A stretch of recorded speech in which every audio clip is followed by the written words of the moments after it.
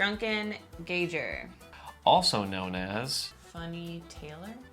Yeah. I crack a few jokes on Funny Taylor. So this is a very popular jig set. It's 15 bars by 15 bars. I'm checked out. You're tired? No, I just don't like the song. Oh. It's fine. It's good. I think Vanishing Lake is overplayed. I think Drunken Gauger is overplayed. Like, below? Are you saying no? Yeah, I mean, like, I wouldn't do it. I mean, like, I really don't like it.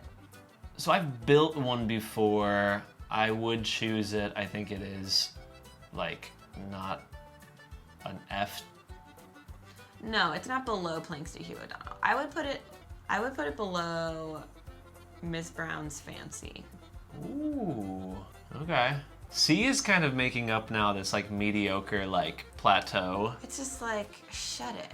I think with that, just to kind of... I feel like I would be okay bumping up 3 C captains. Okay, we're gonna trim C Okay.